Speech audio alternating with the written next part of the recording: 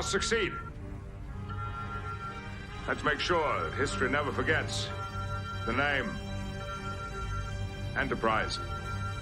Guard out.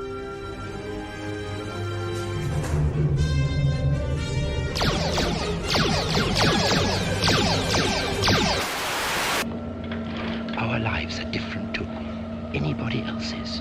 That's the exciting thing. Nobody in the universe can do what we're doing.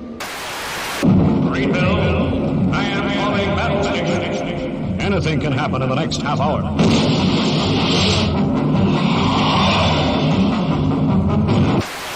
Oh, hundreds and hundreds, but don't worry. I started a very long time ago. Calling the War Council of Gallifrey. This is the Doctor. You might say I've been doing this all my lives. Good luck. Stand by. Ready. Commencing calculations. Soon be there. Across the boundaries that divide one universe from another. Got to lock onto his coordinates. And for my next trick, I didn't know when I was well off.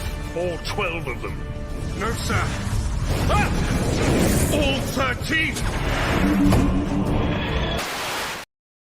Yes, indeed, ladies and gentlemen. Yes, indeed. Good evening, good morning. We are in for a fun show tonight. Oh, yes, we are in for a fun show tonight. The good Lord sometimes smiles upon thee, right? Sometimes smiles upon thee and gives you a gift. Oh, a sweet gift. A delicious gift. And the good Lord has bestowed that to me tonight.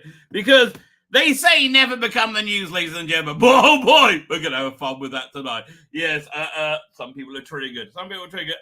And when I go into it, I'm excited. I'm like, I am. Oh, man. It's weird here in Israel right now. Like, everyone's expecting the apocalypse. Like, apart from me. Right, apart from me, because I always am. I walk around like the springtime for Hitler and Germany. Like, I'm fine. I'm like chill. Everyone's like, fuck me. I'm like, dude. You get used to it after the first couple of years. Don't worry.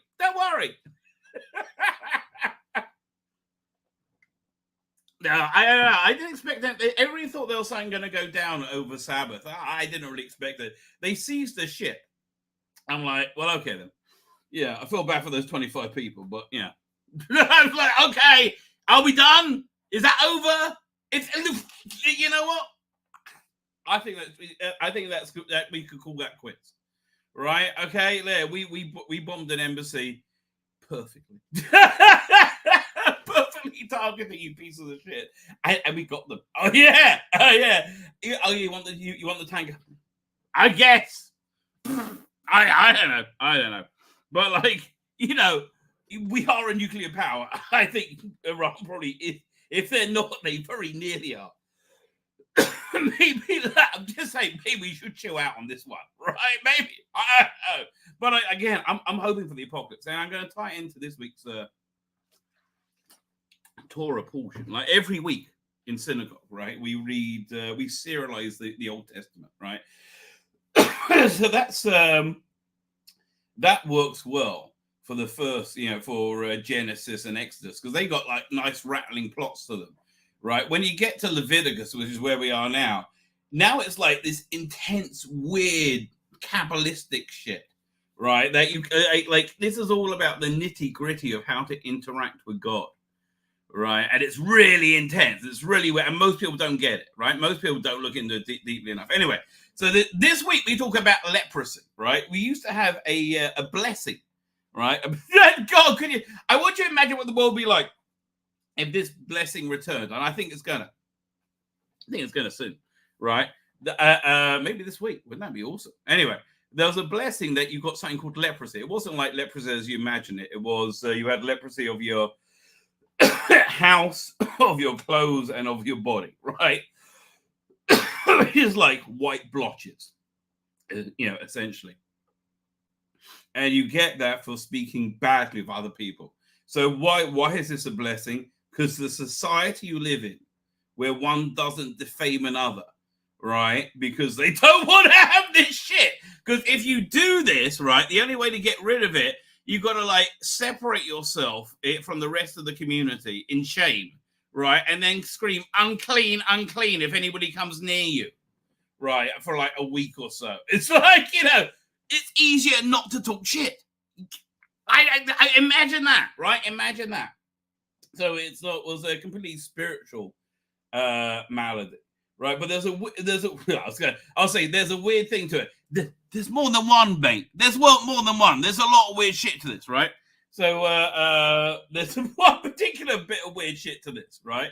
Where if you have like a it's a bit of a spot, or you have to show it to the priest and but if you're completely covered, right? If you're completely covered white, right?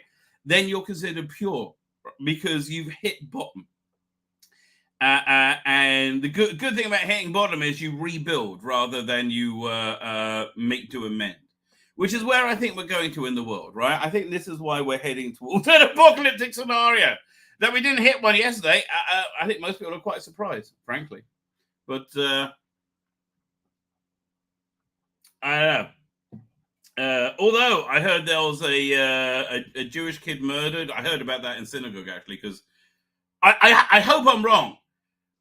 One of the first people killed on October 7th was a soldier, and I'm very friendly with his grandfather. Right, so that was like the first blood. Like that was right away. There was that she was speaking at his funeral. Awful, right? Awful. But then I think I didn't want to ask him, and I was eavesdropping. He was talking loud, but he was. There was a kid that was killed. Like he wandered off. I was talking about this shepherd kid. He wandered off with his sheep without protection. It was murdered. So then it ended up with the Jews rioting. And the only people are going to talk about is the Jews rioting. That's it, where somebody was killed, right? The only thing people are going to talk about is the Jew. You evil Jew. No one's going to talk about the kid that was killed. You watch this space and you see, right? It's incredible. Yeah, you'll say, look, this can't be like this every time. I know. I remember when my dad, he was really shaken by this, right? He used to have a deli, very successful. My dad was very successful at business. Used to have a deli in Stanmore, a very prestigious, expensive deli. So he would often have to go to the cash and carry in Watford, which is where we live, and pick stuff up. And there was he was there with his pallet getting stuff, and there was an Indian bloke there. And this guy came up and said, "How do I epitaph?" And my dad was just like, "What?" He said, "Does that happen a lot?" He said, "Yeah, it happens." And I was like, "How?" Right, it really shook my dad. And I think it speaks well of him that he was shaken by it. But you watch. 100%. You think I'm being paranoid? No. You watch, right? It will not. The Jew being murdered won't have happened, right? It's incredible. Anyway, I digress. See, that's the thing. I think that's where we got to head to in the world. And I think that's where we are heading to. That's why I think a messianic age is coming, where maybe this blessing, of Sarat, leprosy will return. And again, why is it a blessing? Could you imagine living in a world where people don't talk shit about each other? Like if you talk shit about each other, you get leprosy. I think I could be on board for that. It seems like that'll be a better world. It does. I mean, we can't even really conceive of it, right? So, hopefully speedily in a day. So Passover's coming. Strange things are going on in my household. My daughter right now is we're emptying out all the pantries, right? Because you've got to. It's so much work. You don't want to know.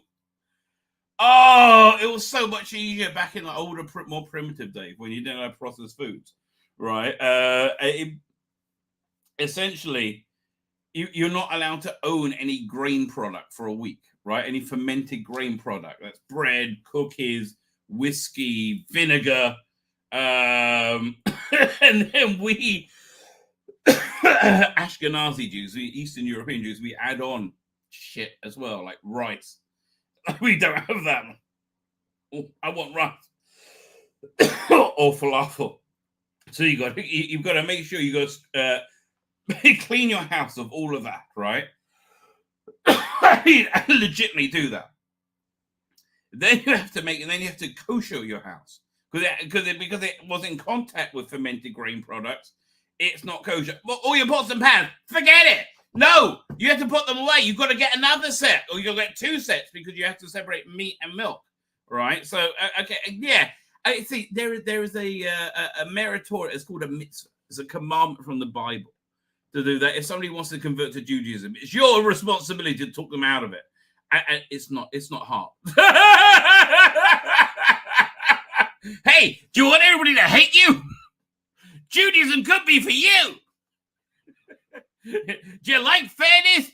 Judaism might not be for you. Anyway, I digress. I have to. I can't remember what I was talking about. Like, really, I got caught in an existential Jewy moment. What was that? What was I talking about? I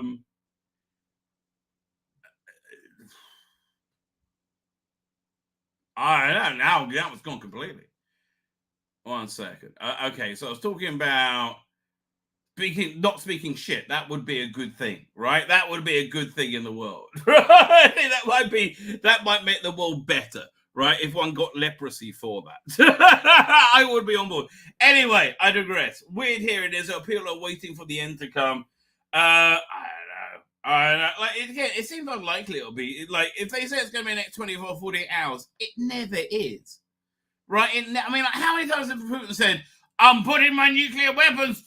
Oh, I can use them now. They're on standby. Oh, yes, they are. Yes, they're one step. Yeah, okay, it's been years, mate. It's been years, and you've got, like, an insane amount of losses and egg all over your fucking face. Right? If you... Look, shit will get for the pot. And I'd rather you didn't. I'd rather you got for the pot, frankly. Although, look, I mean, I hate to be simplistic, right?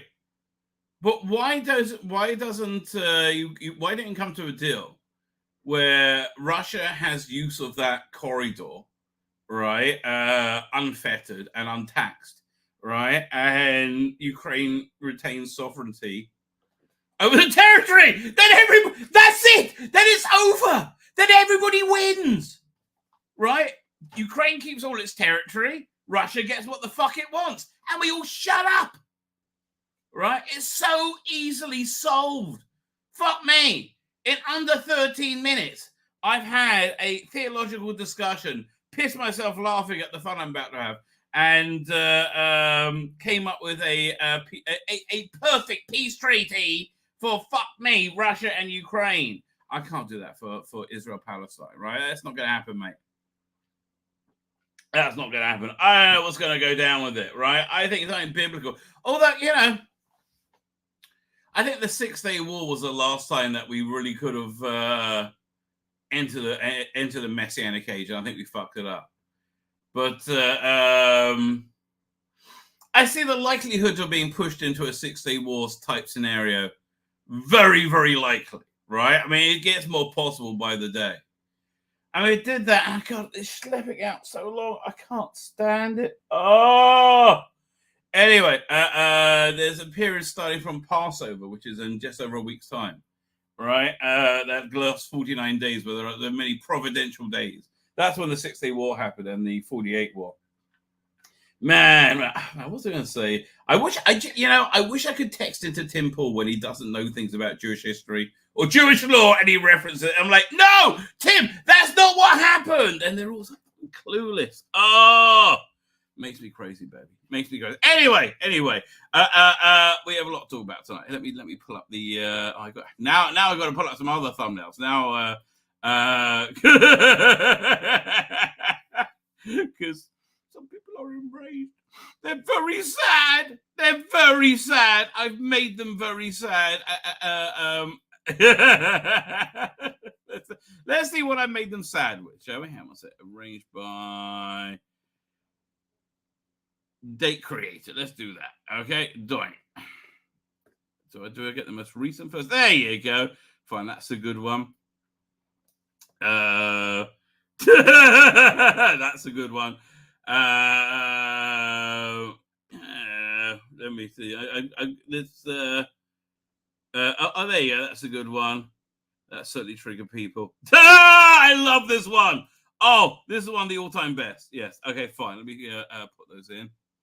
Doing. I hope you enjoy me enjoying my work as I went through it. Oh no! I was going to say my image program is freezing. Fine. Let's put my thumbnail. We'll get to it. We actually got a lot to get to tonight. This is a whole new thing got added in, but it actually kind of dovetails beautifully into what we're going to talk about. Anyway, look, Catherine Tate and Jenna Coleman, Flintstones. Fuck me. Did I just wander into cinematic gold? I mean, like, honestly, the more you think about it, the more you go, yeah, I could be down for that, right? I could be totally down for that. Or a spin-off, Flintstones chick TV show, right? And we've certainly seen Catherine Tate absolutely has the assets to pull it off. Did you see her at that award show when she was smuggling two bald men up her dress? Right? Fuck me. I've always said Catherine Tate, by far, the most fuckable of the new companions. I guess until you got to Millie Gibson, right?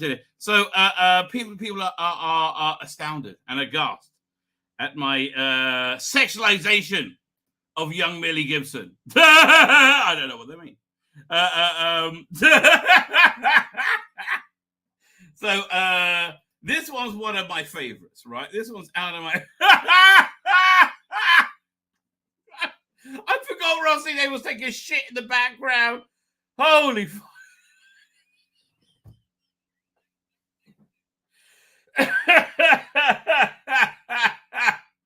But the Billy Gibson here wearing a Jodie Whittaker shirt. I mean, I'm sorry.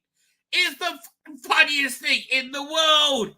Oh, the juxtaposition and like how it's stretched over a oh God, it's so funny. Like it's so funny on so many levels, right? I think that upsets them, right. Also, things like this.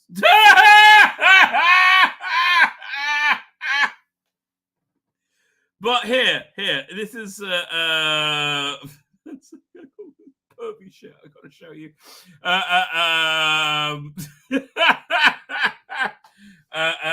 It was actually this thumbnail, I think, that really triggered them, right over here. Sexy muting children is pure sport kindness, and I don't care what science has to say. I feel so much more myself now. That's the one that triggered them. That's the one that upset them. That's the one that bothered them because they were the butt of the joke. But here's the thing they don't understand, right? Here's the thing they don't understand. You're also the butt of the joke of this, right? This Sydney Sweeney as a white queen. Here's the thing. It's I was going to say it's funny on many levels, right? It's funny on many levels, but mainly it's you who are upset by this, who are the butt of the joke. Because a normative sexual attitude is this, right? And this is what normal people do. They see something like this, and your first gut reactions go, "What?" I mean, it just is. It's any normal male goes, "What?" That's like you can't not do that, right? It's an automotive animal reaction, right? That just happens. Thank you, Sydney. Thank you. You're doing an excellent job, if I may say so, right? Excellent job. I think you would have been a fantastic white queen, or could be a fantastic white queen, right? A fantastic white queen. Not least, You know, because for your acting.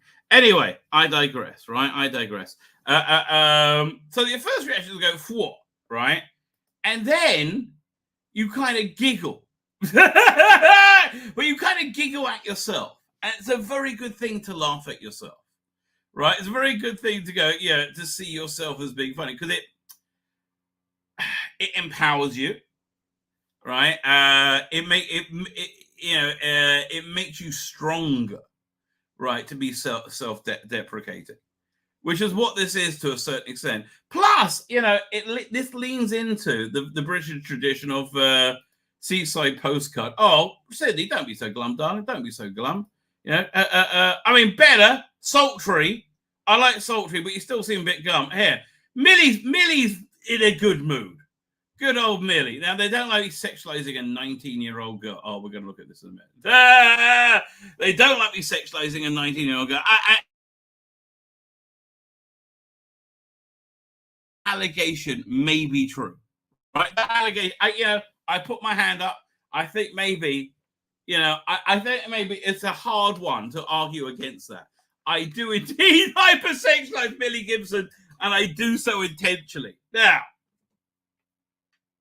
what does that mean? Does that mean I've committed a crime? Does that mean I've hunted her, kidnapped her, have her in my basement, and I'm raping her, right? Because they kind of think it sort of means that, right? Or that I would like to do it. No. See, this is what happens when you have to interact with the sexually inadequate. And again, when we look at the things, you will say, oh yes, this is the sexually inadequate. And I don't say that as an insult. I mean, it's kind of fun, but I don't say that as an insult. But it's an explanation of where we are, right? It's an explanation of where we are. These are sexually confused, inadequate children, right? And look, God bless them. You know, they've been fucked over by my generation, haven't they? I mean, oh my God. Look, I mean, I am so grateful that my kids, like, what, while, part of this idiot generation, are so intensely functional, right? I'm quite proud and amazed about that. And so is Millie, obviously. She likes to glam up. You can't hold that against her. But again, this kind of carry on humor, I feel being against it is somehow perverted, right? I think it's a expression of, again, sexual inadequacy. And God bless you, I can understand why you're sexually inadequate. Anybody growing up in an age with free internet porn, unlimited free internet porn, like when I was a kid, you had to get, like, from someone's dad, a third generation. I mean, when smuggled out, a third.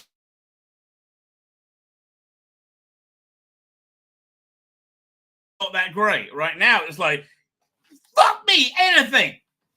Literally anything. Caterpillar, spandex, avocado puree. I mean, it's unlimited. So look, I can understand why you're sexually confused, right? I get that, and I get that this bothers you, right? I do get that this bothers you, right? And I do that intentionally because I want to highlight the error of your ways. And yes, you are welcome. I'm doing this for you, right? To be attracted to this is normal. Right. To want to, like, come all over someone's tits because you clearly think that's what it implies, whether they like it or not, is not normal. Right? You've got to be normal and not a sexually repressed twat. Right? And again, I say this for your benefit, much more than mine, right? And look, and then you could end up with a girl like Millie on your arm. Look at that. She can come in current model or Regency. I think that's a slightly better Regency, right? Yeah, but you can see how far the technology has come. This is one of the early Millie Gibsons, right? Not bad, but not a patch, on like this was even 3 months later. Barmaid Millie Gibson. That one was awesome, right? That one was I gotta find that thumbnail. That was one of my best. Anyway, this has been triggering people, apparently. Where's the oh, here we go. Now, again, what's really triggering people? Yeah, not the super hot presentation.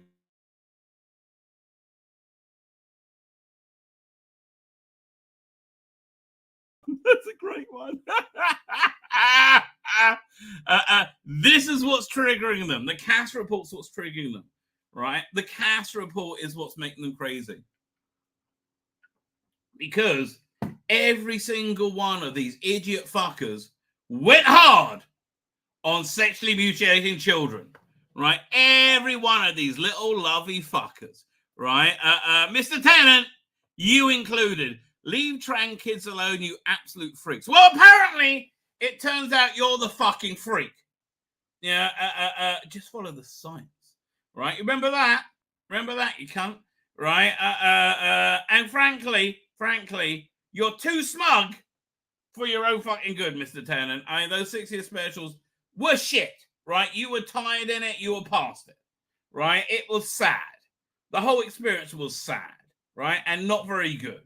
Right, as well. I mean, you don't have that left in you anymore, right? I hope we'll get to it in a minute, but like, I hope you actually feel ashamed. Anyway, maybe we'll look at some of the live tweets. I don't know. So George Shard, I kind of know his name. Who is he? He's a person, isn't he? Right. But look, he's obviously a kid. 1 second. George, yeah, look, he's like, what, 22? Okay, whatever. Fine. Sexually inadequate. Okay, I'm sorry, George. Get yourself a girlfriend, mate. All of these are awful, obviously. But how Tzvi Lebetkin, like, what am I, Voldemort? Like, how is saying my name gonna like, and I'm not gonna descend? Like, what the fuck? Is say my name gonna summon me? I'm like Tzvi Lebetkin. I the same. Like, I don't understand. Obviously, this is me, right? Okay. Still gets away with editing a notably 19-year-old Millie Gibson. And what's wrong with that? Again, is that holding her down and coming on her tits? Right? Am I beating her up and fucking her ass? No, I don't think I am I? Am I? You're acting like I am. Why are you acting like I am? Right? And an overtly sexual body. Like, that's disgusting. Yes, the sexually inadequate will say that, right? So, apparently, here, let's go to the thread that this came from, because this is really funny. And again, I've just come out of Sabbath. I haven't even checked the news. I know virtually nothing, right? This is funny. Here we go. What's it? Now I've got to find the page. Oh, there we go. Wait, but these are libel sources tell me Millie Gibson been sacked. What? Like, again, from what I've gleaned so far, the BBC's put out a press release with Millie Gibson, Vashta Narada, and Shooty Gut were smiling together. I understand. Like, how does that prove your point? You think she'll just go, no, fuck you, no, I don't give a shit, not happening. She probably likes Millie. I think she probably likes Shooty. Right? Look, I mean, again, because the BBC put out a press release, you think your point's been proved? You dumb fucking cunt. You silly little boy. Oh, do you think people can talk? Right? Oh, he is real. Who is Tim Saxby? Real talk. He is the DV director, location marshal, Screen Yorkshire crew, film grad, letterbox user, light and sounding, podcast user, My short film, dyslexic. I'll tell you what else he is. All right, he's jealous as fuck as well. That you're jealous as fuck as me makes you an insane loser. I have a tiny account. I can understand you being jealous of Nerdrotic. He's got over 1 million subscribers, right?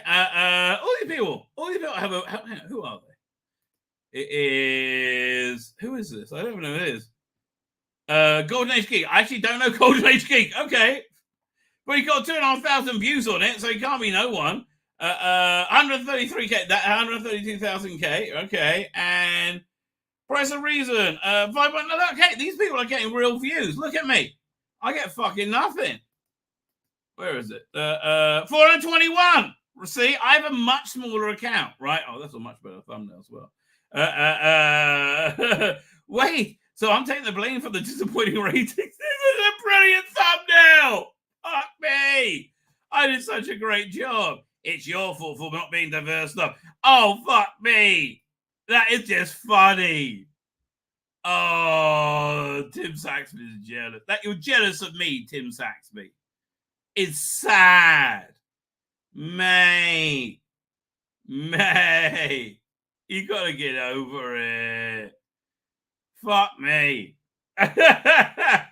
Your life isn't going the way you want it to because of your choices. Okay, that's the harsh, honest truth. And your choices have been bad ones. And they've been bad ones because they've been fashionable ones. You haven't sat and you thought, is this right or wrong? Right? That's what's going on. Tim said, the fuck is that thumbnail? This nonce. Again, what the fuck? All these people who don't actually watch the show. I mean, again, fuck face. Look at me, you dumb fucking. Like, look at this. I fucking dripped Dr. Fucking Who, you dumb fuck. Like everywhere. Look. A travel little. Fuck, I mean, there's just shit lying around. Probably don't even know what this is, you fucking imbecile cunt.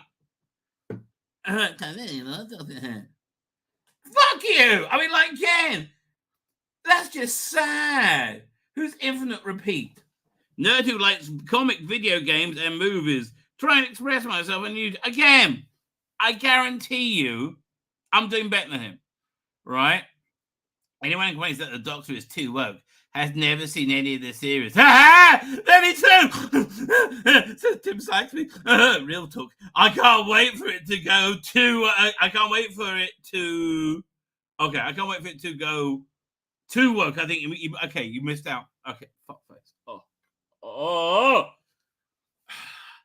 Okay, you wrote. I can't wait for it to go woke more than ask people if they think it was woke before. Okay, well, you know, now you put it that way. Are those the YouTubers American? Nope. No, Rodriguez.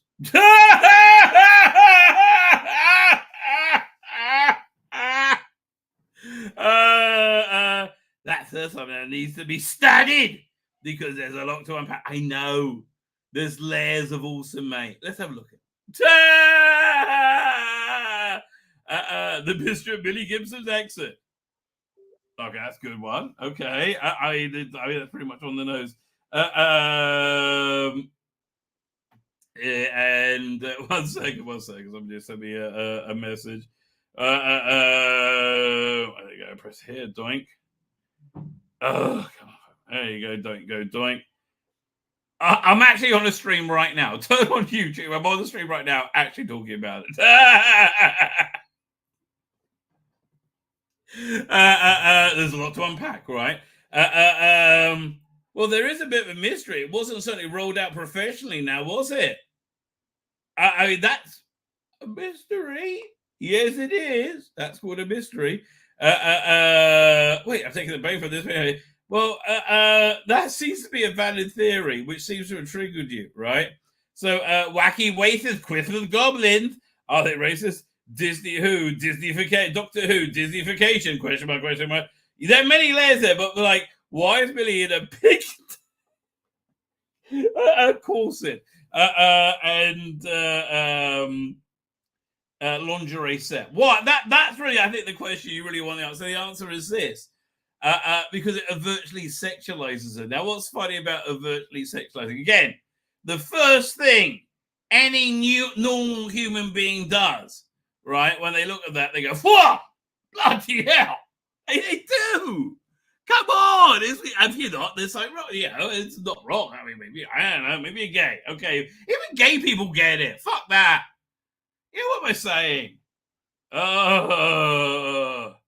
Right. But the first thing is like, woof, right? And then you giggle at yourself, right? That's why it's so cool, right? That's why it's always been so good. It's not about it's not so much about licentiousness. It's much more about the existence of it in one's libido, right? It's funny. Fuck's sake, you uptight, you guys just need normal functioning relationships. Have kids, get married and have kids. Fucking losers. That's why my advice to you: get married and have kids, because you're fucking losers. I don't see anything funny about this at all. Everything fucking is funny about this. There's nothing not funny about this. I don't see anything funny about it at all. I'm very funny. What the fuck is editing on the first one? Poor Billy. Maybe we should become a... See, here's the thing. Here's why they put me with those much more popular YouTubers. Because I really...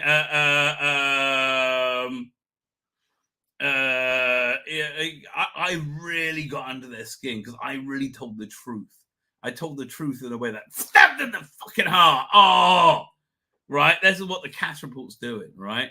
Tyndall podcast. I used to listen to him. Maybe I should become a different type of podcaster. They get thousands of clicks. I get 50. But no, here's the thing. Just tell the truth. You're being okay. Here's the thing, Tyndall podcast. This is genuine advice to you. Yeah, somebody who used to listen to your show, right?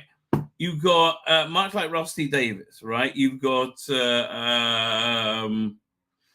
ideologically captured by insanity, right? You really did. The idea that sexually mutilating children being kind, right? Again, the people we're dealing with are so insanely narcissistic. They encourage children to amputate their sexual organs. I mean, think about that. They encourage children to amputate the sexual organs so they can never achieve sexual intimacy, right? Sexual climax. In their entire life, they talk children into that just so they could feel good about themselves, right? This is the scraping level of evil that we're at, right? They did that for that. And then they made it fashionable and mindless pricks went along with it, right? That's the problem. Yeah, I'm sorry. Yeah, it's you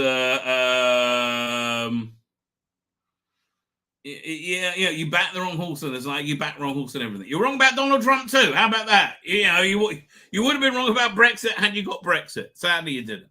Right? Civil service won out on that one. But look, Donald Trump. It's so bizarre to me. People was like, "Oh, Trump's the worst. We had money and world peace. You imbeciles! Like, how much better did you remember how good life was in 2019? Oh God, you wouldn't believe how good it was. We all had money. That'd be ridiculous." So, Tyndall, my advice to you is this, right? But your stream always, your podcast always seem like you're being very honest and very genuine, right? Which is good. But you should really introspect on every issue in the culture war, right? Literally every issue. You just assumed you're right about everything. If you want to come on my show, you are totally more than welcome, right? You really are. You're right. Again, I used to listen to you, right? I haven't because you got too woke. Right, and you're like, anybody criticizing Jody must be evil! Ah! And that stuff was shit. For fuck's sake, it was shit on every fucking level because it was woke. But it was also shit on every level. I think it got better as it went along. I like bits of it. I like Carvanista, but I don't consider it Doctor Who. I don't consider anything past Capaldi Doctor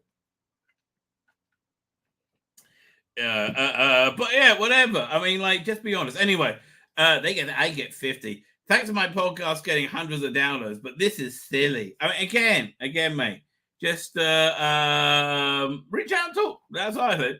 And why do they stick their head into porn? Weirdness aside, how is that even related to anything? But darling, that's not porn. Trust me. I've got much more porn. like happily so. Really happily so.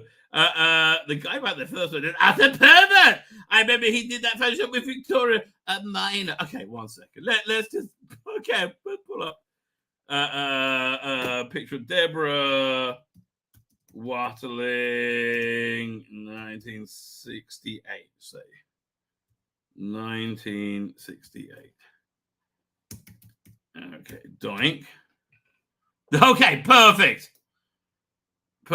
Right.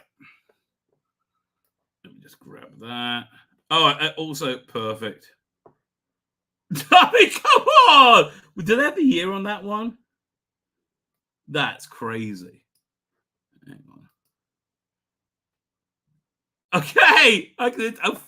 Wait, another one. These are crazy. I can't believe these exist. I've never seen these pictures before. I 1 second. I'm just trying to find the. There's with Cliff Richard. Fine. 1 second. Doink. Go back here. Go here.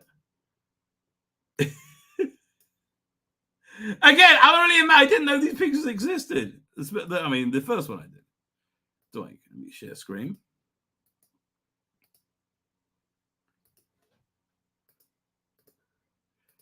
So, okay, this is exactly the time, right? She was making Doctor Who. This insanely fuckable woman, you're saying is a 14-year-old.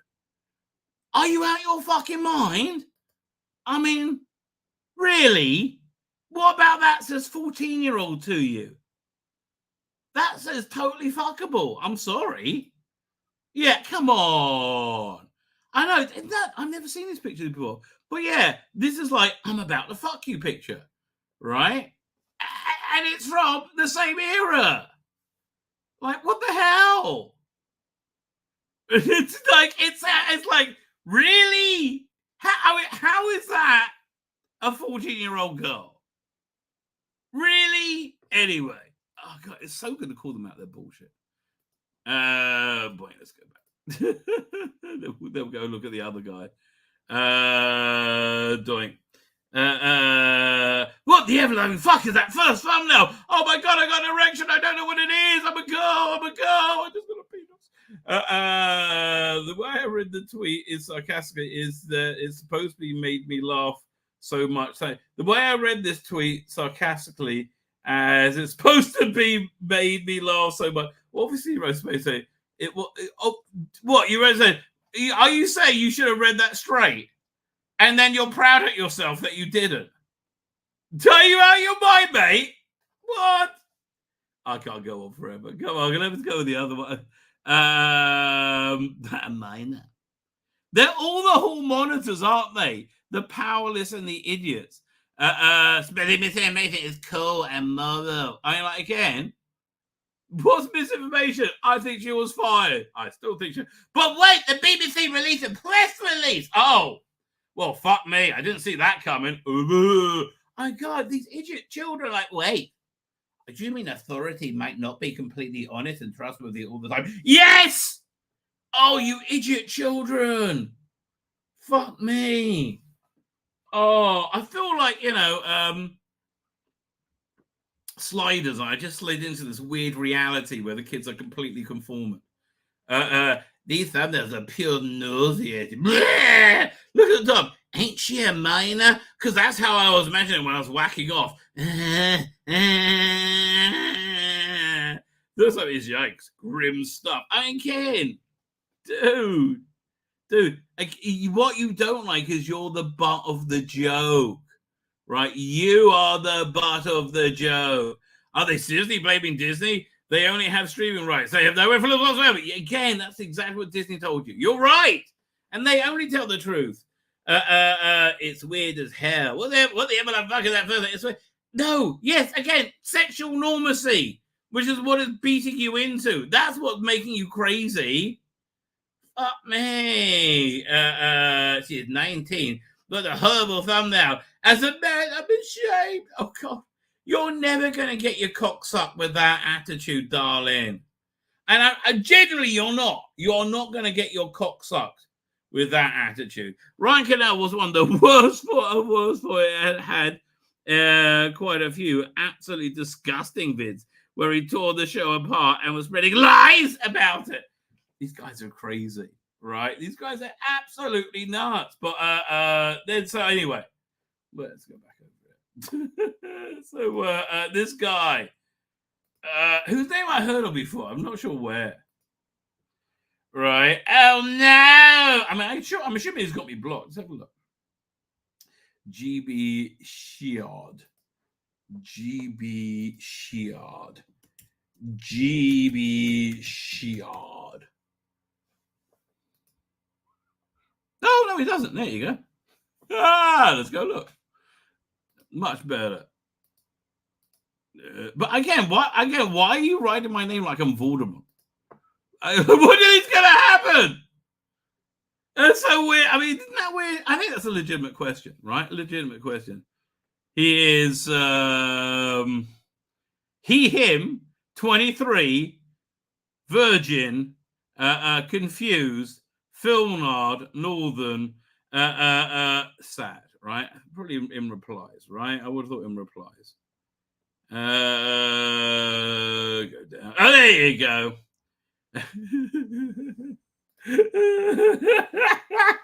Oh, then either obviously, but Theo Bay. Don't say his name.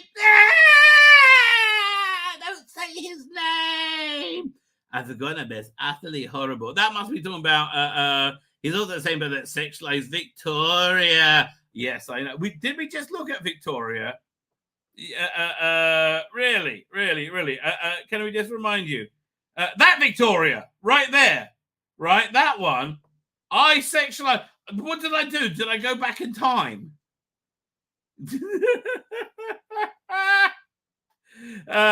He's clearly had issues that have no. What? He clearly has issues that have no, maybe not suitably been met with therapy, a restraining order, and possibly a U-tree. What? Sean the Mendoza Simon Psychic says he wanted me to appear as a guest on this video. Listen, I very nicely saw you talking shit about me and asked you to cover my channel before I rip you apart. Right? Do you remember that bit? Oh, no. And then you ran screaming like a crying little bitch. Remember? So, okay, that's the way that what really happened. What you say? He wanted me to appear as a guest on one of his videos. Like, darling, are you out of your fucking mind? Why would I want Sean, the Mondosian psychic? Oh, my, like, oh, fuck me. If only I could get Sean, the Mondosian fucking psychic. Right? Oh, my channel. If only I like, what the fuck?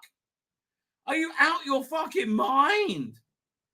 At the very least, he barely gets any attention. His brothers are probably the only anyone knows of who he is. Well, you know who I am, mate. So it seems to be doing the trick. What we did be sexual, 19 and an adult, whether you like it or not. Invitation is thank you very much. Another one. Well, look at that. Somebody actually said about Tzvi is a complete. I love this one. Okay. Tzvi is a complete pervert. So this is a guy who must have handed his ass to on Twitter sometime. Absolutely deranged. Oh, yeah, definitely handed their ass to him. And borderline not. What do you mean borderline? I'm going to put my dick slightly in a kid's ass, but not all the way in. No, that makes you a nonce, right? If you ever whacked off to kiddie porn, you're a nonce, okay? I agree with you, right? Yeah, I've never done that, right? I've never, I'm not into, I mean, listen.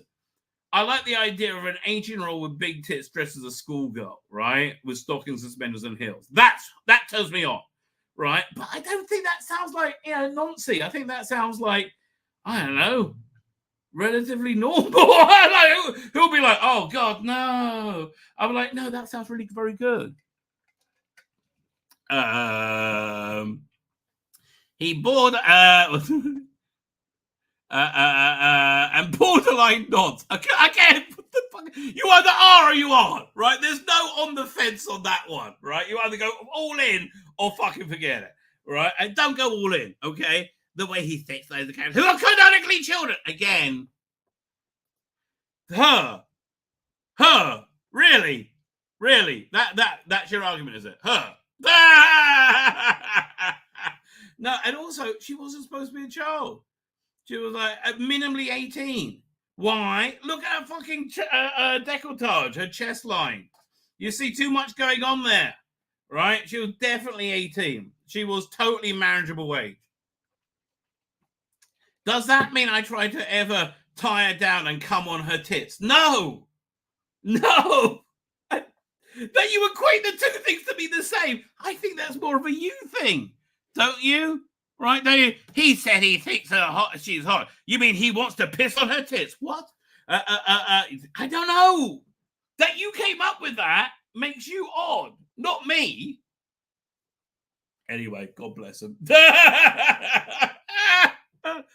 The way he rants like a lunatic. What?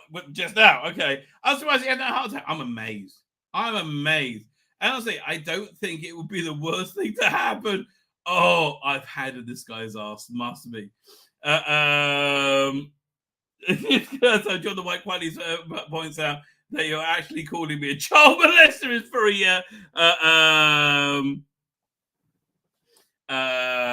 very stereotypically anti-Semitic. Kind of is. I don't want to tell you, but I'm so glad John the White pointed out that when I called you a child loser based on nothing but the same, at the same time, that's me tweeting evidence supporting the IRA murdering Britain. Really? Oi, that's really bad. Dude, don't talk about the IRA. He unironically justifies his Victoria actively researched Victorian dresses and said a 14-year-old wouldn't wear that. That's also correct. You mean I've been proved wrong and I'm a dumb cunt? Let's have a look who that is. Oh, what a shock. What a shock. Okay, sexually confused people. I'm not saying that with malice.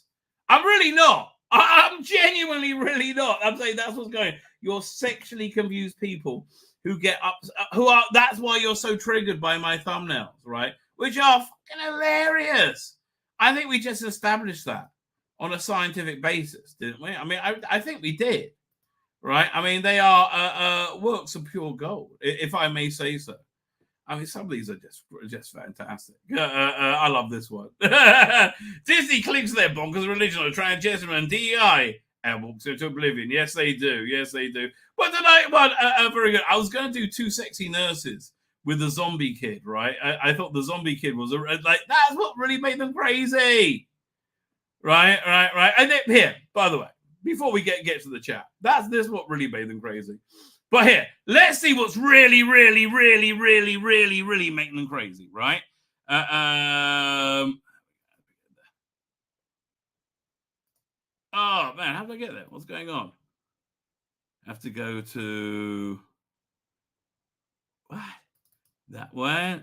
Man, all my shortcuts have vanished, right? Doink. Oh!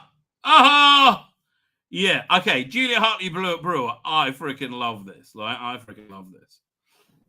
Right now to discuss this as well is Zoe Chownie, who's a campaigner for, I'm told, the LGBT plus community. I don't think there is a LGBT plus community, but Zoe, thank you very much for joining us. Do you feel ashamed that people like Graham Linehan and people like J.K. Rowling have been called bigots when they've simply said the same thing that the Cass Review says in black and white? And that's it. Oh, my God. That's why I love Julia Hartley Brewer. You're wrong about the settlements in Israel, but God bless you, darling, and you're great about everything else. I mean, I like, just a sensible English woman. Oh, God. Honestly, this is why Margaret Thatcher was good. She was just a sensible English woman. Oh, head on her shoulders. Oh, and let's hear what he has to say. You know what? Firstly, I'm not actually a campaigner for the community. That's what Bill does to me. Apologies for that. I'm a founder and a CEO of a fintech company, but I also do some speaking on this subject. What I hate is all this polarization, this extremists on both sides. There's not been extremism on the side. They're like, wait a minute, can we talk about this? I'm not sure you're right. No, you're a bigot! Right? That means you're the extremist. I think there are extreme views on the transgender side, which I think don't do anybody any good. What are the extreme views on the other side? I haven't heard any extreme views on the other side. Extreme views on the other side would be saying that people like me don't exist. And... No, but okay, that is such a ridiculous straw man, right? It's such a ridiculous... You exist, we just don't agree with your perception of reality. Let's say if you thought you were Jesus, right? I am Jesus, right? You dress like Jesus, and I go, well, okay, then, I don't think you're Jesus, right? That means I'm not saying you don't exist. I'm saying I don't think you are Jesus, right? You say you're a woman and you have a penis. You might be right. I don't think you are. That's not saying you don't exist. But let's see what Julia has to say. People don't say that. No. When people say, oh, there's dehumanization and eradication of trans people, no, simply saying that no one's born in the wrong body. Of course you exist, but I mean, you identify as a woman, but people say you're a biological man, you're a man. And you can live how you want, dress how you want, live your best life. Wonderful. But it doesn't mean that we believe you're actually a woman. That doesn't mean you don't exist. That's not an extremist view. That's just biological fact. And Julia, that's fine. I don't have a problem with that at all. Excuse me.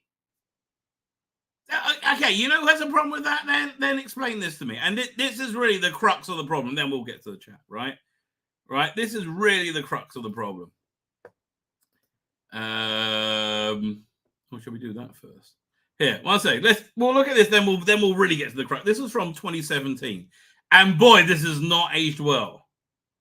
We're seeing increasing cases of children in schools who have gender identity disorder, which is something that's very serious.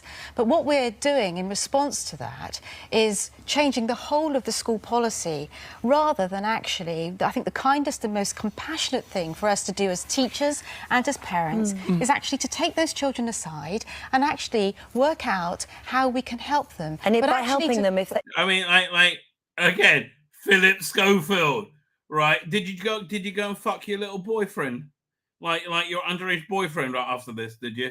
What are you looking scorningly? Fuck me. How do you mean helping them? Cure them? Well, actually, if we force everyone else to conform to their gender identity disorder, which often presents itself along with a number of other issues. There was a okay. Look how ridiculously this ridiculous emotional straw man argument that they had their boot on our necks for 7 years, 8 years. By the way, the reason I'm hoping we're going to have a really great, incredible resolution to all the strife in the world very soon, right? So I see that look, this is my bonkers worldview. I'm not telling you to believe this, right? From my worldview, I believe Satan is dying, right? And the more closely he gets to death, the more he grips onto the world. That he's not able to protect this, which I think is so deeply inherently evil, right? Is a real sign of his massive weakening, right? And I think like icebergs breaking off, right? I think that's what we're witnessing, and this is a big one. But again, look at the demonization. Right, the pure demonization of asking these very legitimate questions. Paddy Maguire, who was born a boy, 3, when she started asking her parents if she could wear a dress, after hearing stories about transgender children being driven to self-harm and suicide, the mother, Lorna, gave her husband an ultimatum: you can support your daughter or you can bury your son. Children do kill themselves. We actually see. This is such a ridiculous thing. They stood on this for years. They're lying. The suicidality rate of children that actually do go through some kind of transition process is just as high as if they don't. So actually, all the social science reveals that. You're a Christian. Okay, so yeah, again, but here, why does this tie into Doctor Who? Why are Doctor Who fans pissed off with me, right? Because Doctor Who's being run by somebody completely captured. Right, captured by this insane ideology, who I think is a very decent person. Right? I genuinely think Russell Davies is a decent person, right? And I think that's how pernicious and evil this is. It takes what is good about a person and uses it as an engine to pure evil, right? And again, I think the goal has always been that narcissistic, evil people, normally children, or young people, right? They are happy to encourage, younger children to remove their sexual organs so they can never receive sexual intimacy. They can't, have an orgasm, right, in their entire lives. And they talk a kid into just so they can feel good about themselves. I think that is the sheer narcissism, right, of what's going on. And that would seem to be reflected by the Cass report, right? I don't know. It's my opinion, and I mean nobody any hate by that opinion, but it's my opinion. I think it's a valid opinion, right? As the Cass report pointed out. I want to say one more thing because I've got a microphone, and so this is going to overrun. But when people belittle us, they love taking the piss out of us. They love othering us. They love making us look small. Okay, maybe in the 1970s with John Idman, right? Not in the last 25 years, mate. I'm sorry, who makes gay jokes? Nobody does that anymore. The 70s was basically when that ended. It was like by the 80s, it was really over. Like, nobody. People say, I don't think people with penises are women. That's not taking the piss. Russell, right? When you say, oh, I'm not a man or woman, I'm both. That's why I can save the day in Doctor Who. Starbies, yay! You're taking the piss. And funny and insignificant. One of the favorite things they do is they go, oh, LGBTQTIA+. Isn't that funny? Like, isn't that funny? You've got so many letters. In what society is having too many letters a bad thing? Well, no, it's you're constantly adding new things on there. Right, and you claim that, and then you claim it to. You're validating your worldview by doing that, right? And but to the extent where you're happy to sexually mutilate children and encourage children to even socially transitioning is damaging, and you are very strongly encouraging that. You got this one wrong, Russell. I think you're a decent person. You got this one wrong. I'm sorry, this isn't the gay struggle from the 80s. This is not the AIDS, I don't know, tragedy, whatever you want to call it. I think that Ronald Reagan fucked you guys over. It's fair. I mean, not fair. I think it's fair that you're fucked off by that, right? That was wrong. I agree with you. I think that you weren't offered compassion and love. The gay community wasn't compassion and love as they were dying, which the religious community should have done, was fucked up. They should have done that. In hindsight, they should have done that. I agree with you. This is not what's happening today. Right? What's happening today is like far, far darker. More letters is good. More letters includes everyone. But then along comes the LGBT Alliance and they say, no, we're only going to have 3 letters. We're going to cut off the T. We're going to cut off the T. You can't have LGBT. We're going to cut LGB, cut off the T. So what they're saying is you can only have words that are 3 letters long? Is that how it's going to work? No. We're saying, I believe you're gay, right? I believe you like to have sexual intercourse with other men. I believe, looking much like that if you're with the Invisible Man, right? I believe you're gay, right? I believe a lesbian is a lesbian. I believe a bisexual person can have sexual intercourse quite happily with both males or females. I don't believe a transgender person when they tell me their penis is feminine. They're welcome to have that belief. Right? They are welcome to have that. And I don't know if I'm right. Genuinely, I don't. I think I'm right. I don't know if I'm right. But, like, it's a belief. It's the fact that you like to have sexual intercourse with other men. right? Do you see the difference? One's tangible, one's not. Other than if you make yourself up to be tangible, like, okay, I'm a witch. I'm going to dress like a witch. I'm sorry. If somebody said they are Jesus and they felt it inside, are they Jesus?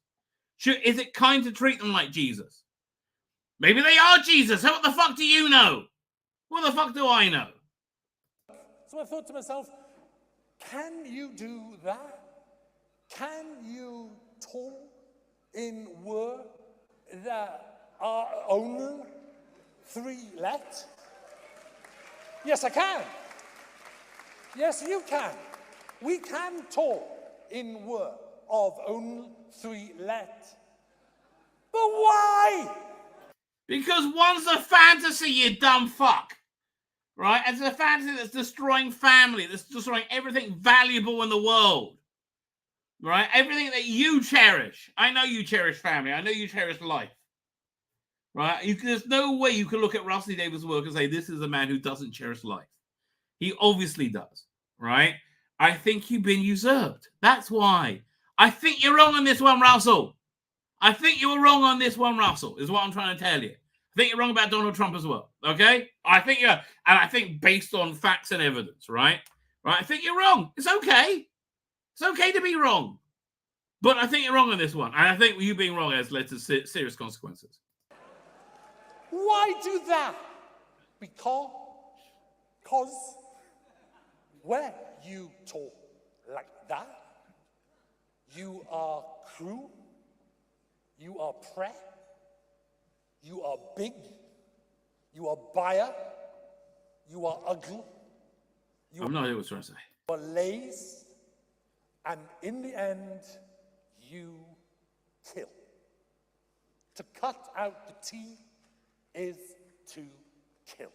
It's not to kill. I'm sorry. That's a justification for mutilating children. It has been for years. I'm sorry. There's no evidence to back that up.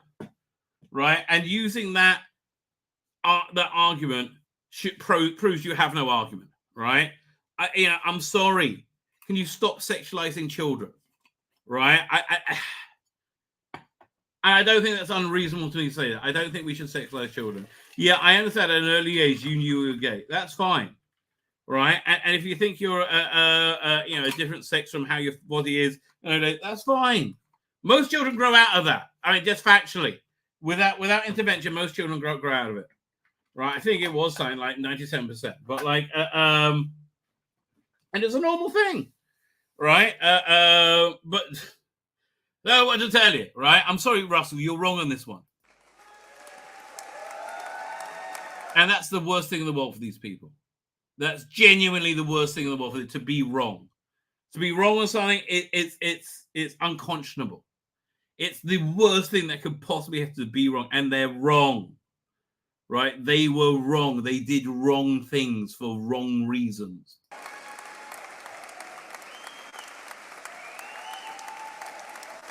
So Stanek said wave. And you can use all these letters instead, 26 of them. You can talk gloriously and wisely and profoundly with all 20. Yeah, but you're not, mate. 26 letters. Thank you very much. The final thing I want to say is the new Doctor Who is Elaine Page. Thank you. At least he said something funny. But look, Russell, you were wrong on this one. Right? And all you weird, sicko, kids, you were all wrong on this one too. Right? You were all wrong on this one. And I'm sorry that you're all wrong on it. And you're all wrong about your attitude to sexuality. You're all wrong about everything, right? You're from a very damaged, confused generation, and it's my generation's fault. If I could apologize for how you've been fucked up, I would. But there's no way of apologizing, right? It's like you've been royally fucked up, right? Then you end up supporting this shit, right? That's what is going down. And don't be scared of being turned on, right? Don't be scared of sexy, right? It's fine for sexy, right? It's okay. It's okay to be aroused, to be titillated. Why? It's a normative part of one's human condition. I would say keep it in check, obviously. Never let it progress, to an unhealthy relationship with people, or touching somebody unwillingly, obviously. And I think if you do have your sexual attitude in a healthy position, it won't do that, right? And I think finding these sexual images so disturbing, right, is another expression of your morbidity, right, that led you to back such an evil thing as transitioning children and believing that you were kind to do so, right? That's how wrong you were, right? So I'm sorry for that. I genuinely am sorry for that, but that's the reality of it. Man, that was a long segment. Didn't mean for it to go that long. But I guess it all had to be covered. Fine. With that, let's get to the chat. And you start as this is, it's just popping in for here in Longford. I'm just popping in here. By the way, the timing on this stream was up, right? It said it was started already. It says an hour later. It was like, I set it up on StreamYard, then I got to change the time here, then I got to change it back. It's everything's so messed up. I can't even tell you. It's the end of the days, baby. Darren Evans, how are you doing, Darren? Colin Archer there. Thank you for joining us, Colin Archer. I'm going to stream this later because otherwise I will clash with Miss Martin's stream. Well, it's going to float later. It's going to move to 7 o'clock. Then, yeah, it will move to 7, I think. That's 9 o'clock my time. The latest Sabbath ends is 8:31 at the end of June. That's the latest it goes out. So that's my time. It's 6:31 UK time. So 7 o'clock. 7 o'clock. So it's my start. Julie Hartley Brewer obliterated against when she covered the casserole. Yes, she was awesome. I covered that, right? She was absolutely awesome. Good versatility of starters. Jonathan White here. Jonathan the White is there. How you doing? So thank you for joining us. I'm glad we finally got a mention of you. Like an hour later. Matthew Q is there. Matthew Q. They had no money in that battle in season 3. Man. And you see how brilliant it was. Right? They really pulled together that episode. The only thing I would have liked more is you had Wolf on a bird of prey, or leading the attack against Enterprise. Right? That would just be awesome. Wolf with one eye, I think. Yeah, it's a give him a bit of a brigadier thing. No, sir, all 13. That's fascinating about the effects. Glad to know. Anyway, fine. Let me whisper in the chat. I'm so late. Joanna Main is here. Hey, Joanna Main. Thank you for joining us. I don't think I've seen you before, but thank you for joining us. Tzvi Lebetkin says, Colin Archer, do you get anywhere near as many complaints about your pixels shooting right now? That's all fine. That's all fine. I really got to do more of that. Right. That's a nightmare. Really waiting. What was I showing? I don't know what I was showing back then. Okay. Andy Dwelly is here. Andy Dwelly, thank you for joining us. You may find the ear of an older male finding a 19-year-old creepy, but several studies have shown that that it's normal for males to have ideal woman no more than mid-20s. Yes. Right. Again, I'm not genuinely saying I want to fuck Millie. Oh, no, I do want to fuck Millie Gibson. But I'm not. Okay, I want to fuck Millie Gibson. That's true, right? That's true. Certainly my idealized Millie Gibson. Yeah, I absolutely. Yeah, one second. This Millie Gibson, right? Yes, I would love to fuck this Millie Gibson. 100%. However, I love my wife. So however much I would love to fuck Millie Gibson, I would hate to hurt my wife. Now, on top of that, I believe God is real, right? And God said, Tzvi, one of the pleasures we're cutting off you, not just bacon, right? Not just shrimp, not just lobster, not prawns. No. Also, you can't fuck Millie Gibson. Really? Was she offering? No. But if she did, you still got to say that. So these are yes. So is it true I want to fuck Millie Gibson? Yes, it's 100% true. I would like to fuck this Millie Gibson. Yes, 100% true. Do I want it? No, because there's reasons why I also don't want to fuck Millie Gibson. So therefore, sorry, Millie. Out of luck, darling. Out of luck. What can I tell you? I gave you a better shot. Now, Captain Tate, on the other hand, we could talk.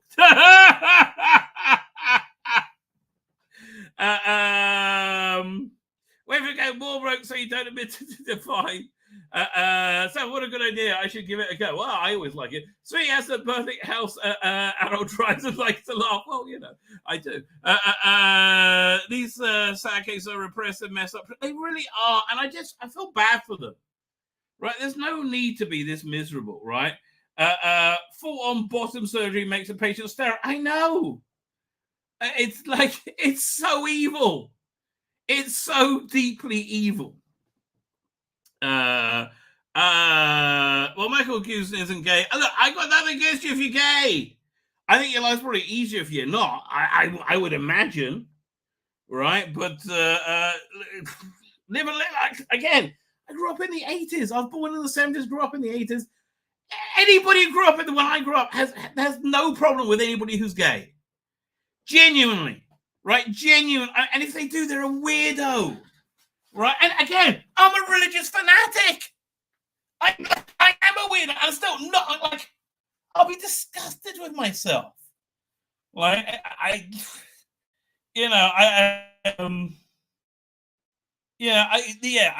have no problem with anybody. It was immutable characteristics, so they're immutable characteristics.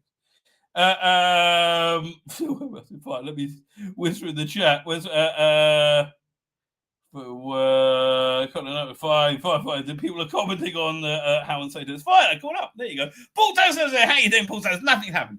Didn't miss anything. Everything is groovy, babe. Boy, man, did I catch up quick? Oh, just stood up to stretch my legs. So Paul says, yeah, man, there you go. Good to see you alive, Rabbi. I'm pretty chuffed about it myself. Yeah. Okay, everybody's waiting for it to kick off. That's essentially what's going down. Everybody's just waiting for it to kick off. And I'm kind of chill about the whole thing. I'm like, yeah, well, whatever's going to happen is going to happen. It's like, So fine. Here, let me see what I have for. We can do more. There's more fallout about the CAS report. Yeah, so we'll look at that. Goes on forever, right? Again, what do they think was going to happen? Right? What do they think was going to happen? Oh, fine, we got that to look at. We got so much stuff to go to. Oh, we got started. I want to look at that too. Okay, hopefully we'll get to that. That might get pushed off till tomorrow. Fine. Where we starting? Yeah. Okay. So apparently they've. Let me look at the Doctor Who Twitter. 1 second. Let's see if there's like an announcement video or anything. BBC. I mean, I love that. They think because they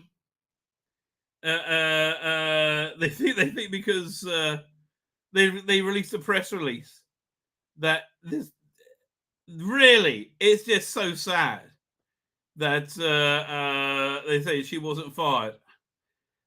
What? You can't pose and smile if you've been fired. It's just look. It was done professionally. It wasn't like she wasn't spat on, right? But she was fucked over. And it's just a business, right? That's what our agent told you. Just a business. Get used to it. Let's look for the next job. That's 100% what her agent told her to do, and it's good for her to do that. Frankly, right? Frankly. So where are we up to? Let's have a look. We'll go here.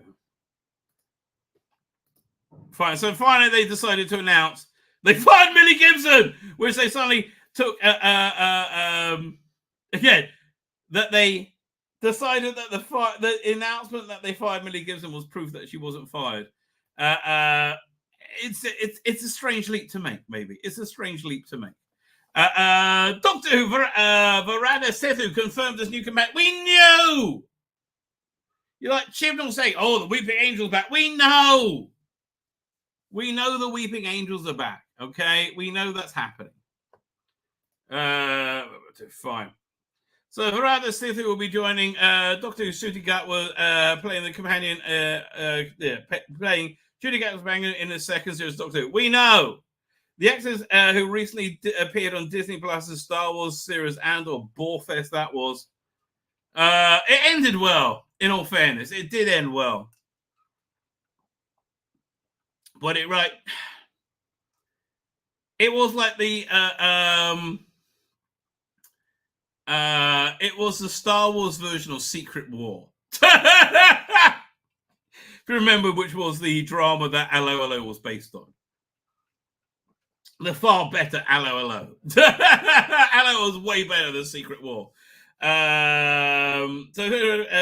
his first is going to debut in May. Come the apocalypse, we may be spared. With Coronation Street actress Millie Gibson playing companion Ruby Sunday. Oh, you might talk me back into it.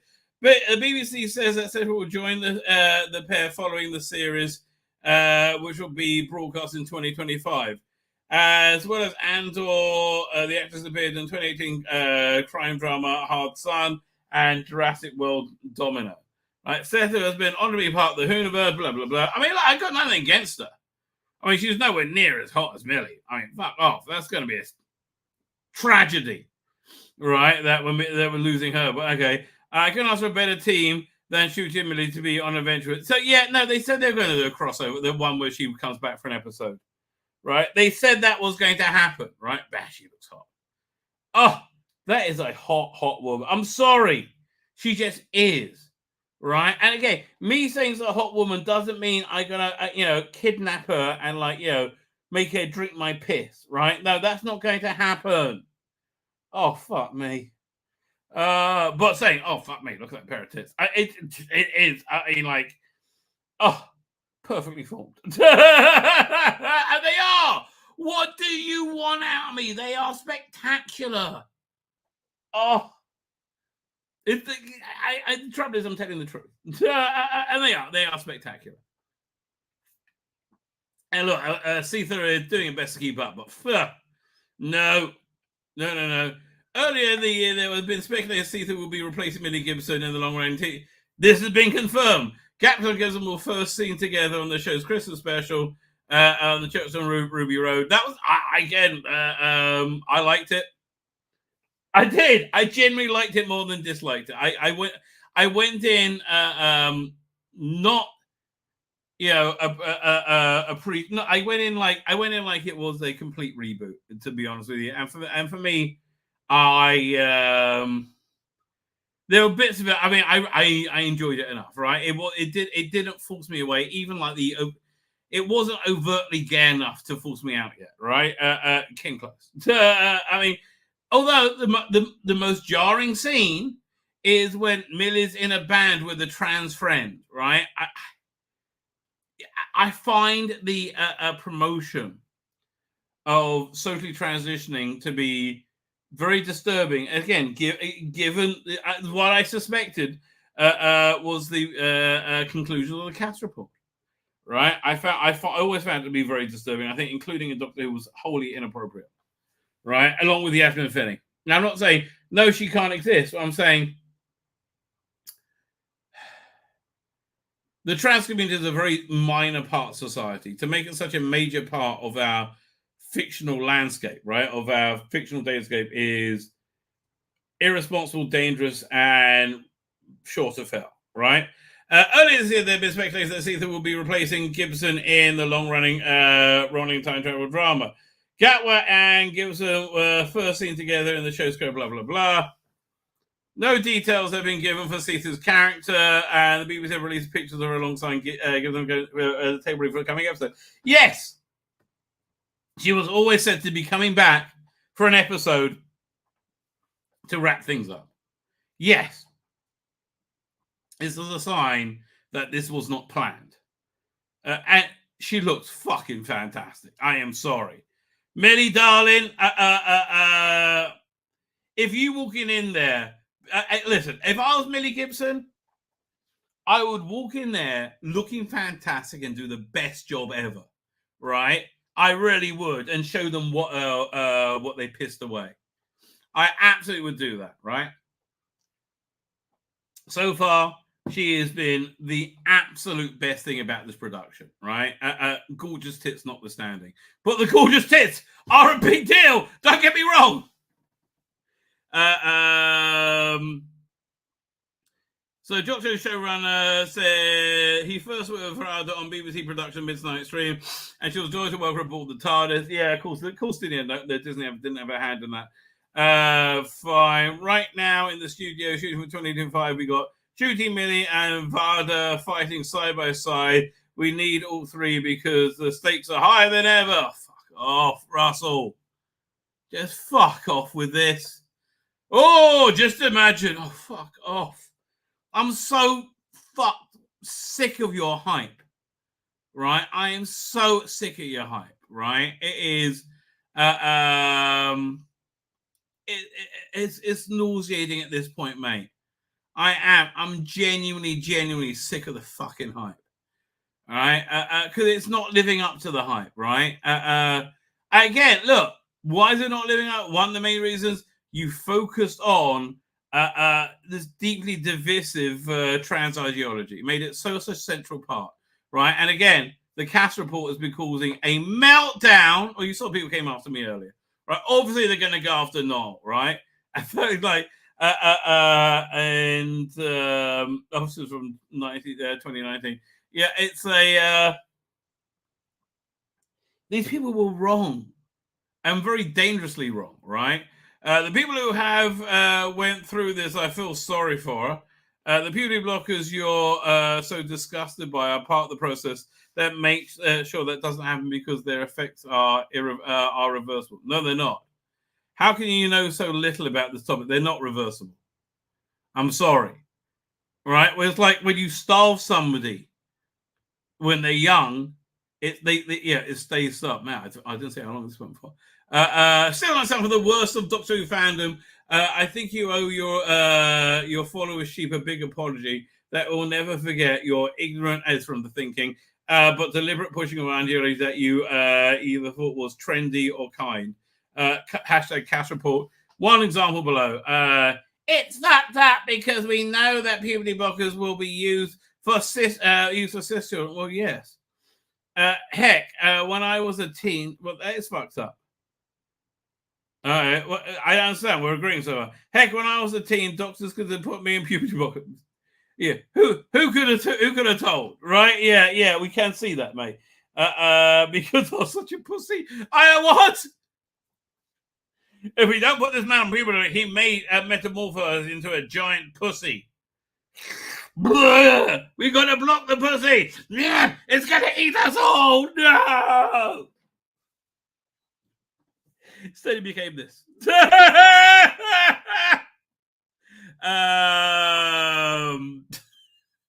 But my pussy mime I thought was very good, right? My monster pussy. I'm genuinely impressed with myself, ladies and gentlemen. Genuinely impressed. Quite rightly so. So why? Heck, when I say the doctor's going to put me a puberty block. Okay, best good for you, I guess. Why are you telling me this? What? I didn't know this was coming. In all fairness, I didn't know you were going to say this. Okay. What are you about to planning for? Okay, what are your thoughts on banning puberty blockers? It's fucked up because we know that puberty blockers will be used for cis children. Heck, when I was a teen, doctors were going to put me on puberty blockers because there was an issue with my leg joints were growing. Okay, that's why, right? My leg joints were growing. That's called code, darling. It didn't happen, but show how far back the normal treatments are, and just how fake the outrage at this new dangerous irreversible drug for kids when none of that is true. Apparently it is, darling. They're safe, reversible, and the data shows they're good for the well-being of trans kids. Nope, data doesn't show that. Right? It's hard to find words that probably convey the depth of totality of my contempt for I don't know what's his name. Mr. Trilby. He is the biggest bigot in the fandom. I do agree with you with that. Made all the worse because he deludes himself he's the moral one. You'll never get an apology from him. No, you won't, right? Talking shit for 5 years, yes. Right, that's how he's been, and about not listening to anybody else. No, the Cass report has put them into freefall. That 100% has happened. It's put them all into freefall. Right, you can't underestimate the significance of the Cass report. It is, it's devastated their worldview. It is a nuclear landmine, right? And they have made this centrality of their existence for oh so long, right? Oh so long. But yeah, it's maybe the best thing ever. Yeah, you're never going to hear anything out of him, right? Never going to hear anything out of it. That is true. Who will you hear from? Always Ian Levine. Now, I have to tell you, I've become such an Ian Levine fan, right? Because of Type 40, right? I always like Ian Levine. I don't agree with all his views, right, on everything. I think he's. I think I would disagree on some things, but man, I got so much mad respect for him, right? And quite rightly so, right? I have so much mad respect for him. He's like, he always pushes forward, and he's like an old man now, and he's not well, and he always pushes forward, right? And he works his hard, he works hard, and he does it for the betterment of the world. I mean, genuinely, and he, he gets treated like shit, right? It's one thing to like not be reverent to him, but to treat him like shit as well. I think that's a real problem, right? So Josh draws Richard Bignell, Benjamin Cook. I don't know anything about Richard Bignell. I know Benjamin Cook's a douchebag, right? As the three most arrogant, judgmental lowlifes in the entire world of Doctor Who fandom, all three are lower than a Coburn forest. Fuck me. Like, for example, Ian hates Trump. I'm a big Trumpster, right? He'll probably be very upset to hear I'm a Trumpster, right? And I got mad respect for Ian Levine. I do. I have mad respect for him. Justness is such a positive influence on Doctor Who and seems to be a decent person all around. Please don't jump to conclusions about others in such a rash way. So he replied, he intentionally stole my clips, knowing full well that they were clearly marked for exclusive use for my group. For years, I turned the other cheek to his barefaced lies about me. That's the thing. It's one thing that he stole the clips, right? It's one thing that he stole the clips. But it's a totally other thing that, like, he lies about it in his podcast. But this also, but this contains too much malice to ignore, like a spoiled brat and a player. And again, the reason why it's coming is because of the positive press that Ian Levine's got, because he's been such a decent. I mean, like, really, these Type 40 appearances have done him proud, right? Okay, but liar. So again, it's always children, right? It's literally always children. He, him. Like, dude, you're a kid, right? Grow up. Actor, director, activist, Whovian. No, God, you're none of those things, right? I bet he's genuinely none of those things. Well, one of the people who's actually an actor. By the way, ceasefire now. The people who turned down ceasefire, I think you'll find are Hamas, Starboy. Ceasefire now. Fuck you. This is weird. Doctor Who star Peter Davison teases returns to the show after David Tennant's dual appearance. Now, this I can be up for. Okay, I like a bit of David Tennant. Peter Davison. That being said, this hasn't been really happening with him, Big Finish, for a long time. Doctor Who, Peter Davison starred in the fifth incarnation of the Doctor, whilst his now son-in-law David Tennant has appeared twice as the 10th and 14th incarnation of Time. Yeah, that is all true. That is indeed all true. Where are we up to? Peter Davison has teased the return of Doctor Who as he revealed David Tennant's real reason for returning to the BBC show. The acclaimed actor appeared as the fifth Doctor back in the 1980s, while his daughter Georgia Tennant appeared in one episode. It was very hot in that episode. Georgia Tennant, arguably one of the most famous. David Tennant, arguably one of the most famous Doctors. I don't really rate him, but okay. Like right now, I'm like, that is the absolute bottom of pile of Doctor Who. I will go to watch. Right, I'm really not interested in a David Tennant Doctor Who. Right, again, I have to say, David, mate, aren't you ashamed? You really should be, right?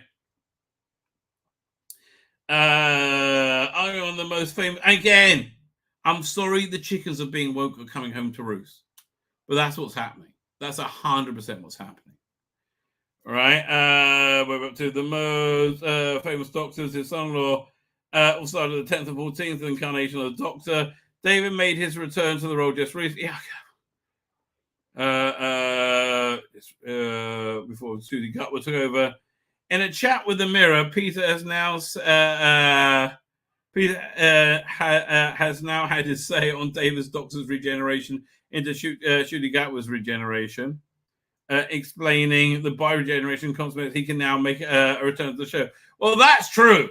I mean, like that's one of the reasons it was written for, and it's a dumb one, right? It's a really dumb one.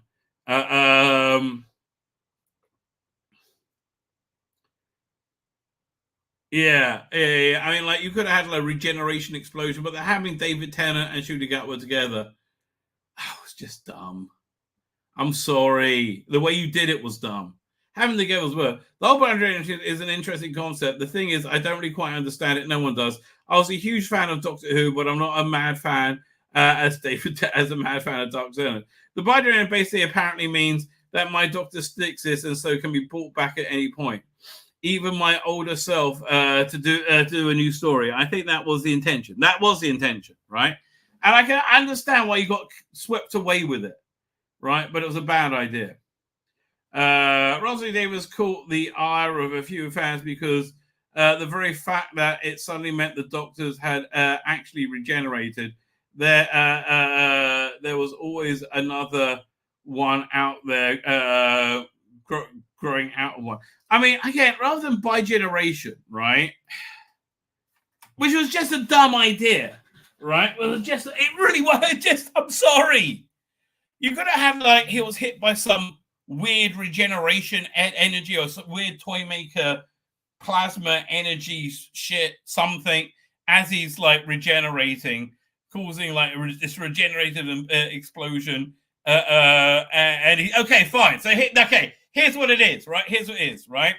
All right, this is much better than what they did. Fine. So the with that big laser rifle thing, and eventually he's like, and his antenna's going on, and he Toymaker gets carried away, and it hits him with a burst of lightning, like the Emperor from the Star Wars, like, right? And that causes a regenerative explosion, and you have the new Doctor Tzvi Lebetkin, the new Doctor Tzvi Lebetkin, like, just regenerated, right? And he's got to get up, and he's suddenly got to fight the toy maker, and he's got to deal with it. And it looks like he's doing okay. Then it looks bad, and it looks bad, and just as it looks bad, right? You have a massive glowing regenerated bat that gets up as the 14th Doctor, right? And the idea is, because of this weird regenerative explosion, there might be a few more of me out there, as he says, as he goes down, right? And then he can go off and retire if you want, right? That would have been better than by generation, right? That really would have been better. Like, let's invent this whole new thing for no reason whatsoever, right? That's the problem. It's like there was no reason given at all. Fine, and that way you could say, there might be a few more of me out there. There was another one growing. Okay, Peter explained that he doesn't watch the show anymore, as he explained why David Tennant made his return to the show. Doctor Who is not really my thing to watch anymore. Well, I could, generally speaking, shit. I used to watch it with my two sons when they were young. I used to have to explain to them. But as they got older and I got older, they would have to explain it to me. So they then they stopped watching with Jodie Whittaker, I imagine.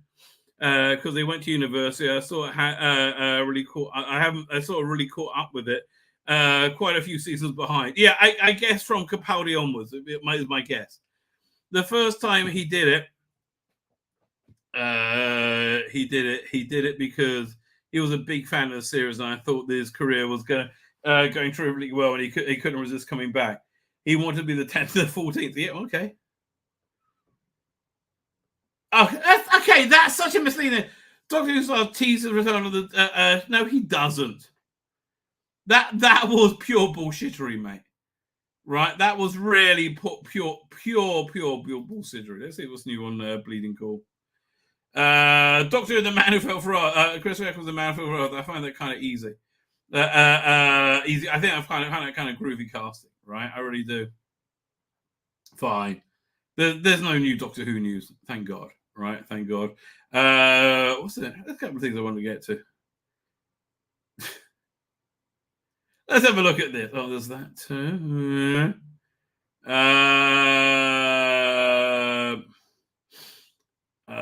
Lots of Star Wars stuff.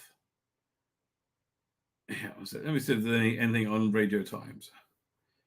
Not really. I enjoyed Fallout, by the way. I really did.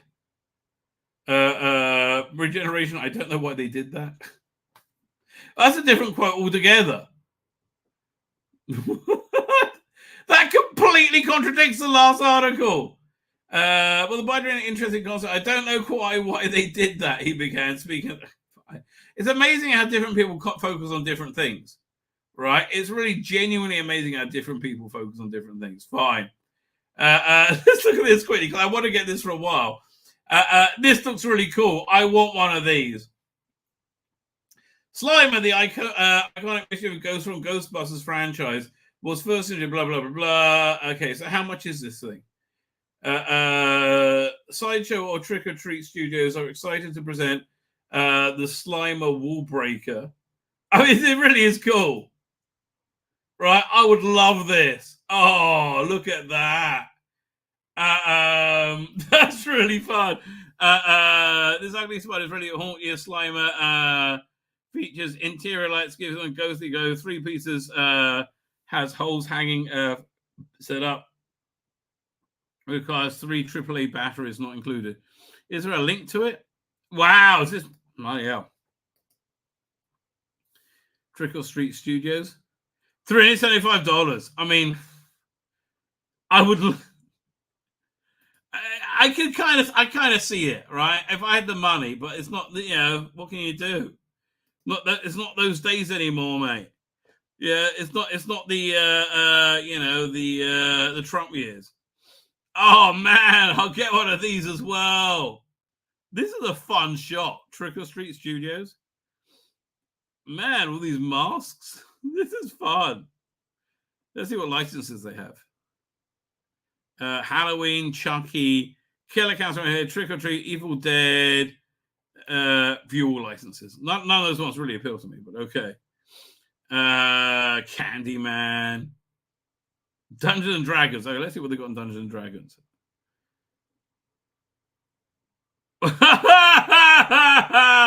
I would love these masks are very cool, right? These masks are very cool. What is that? What's Critical Role? Wrapping paper. Okay, fine.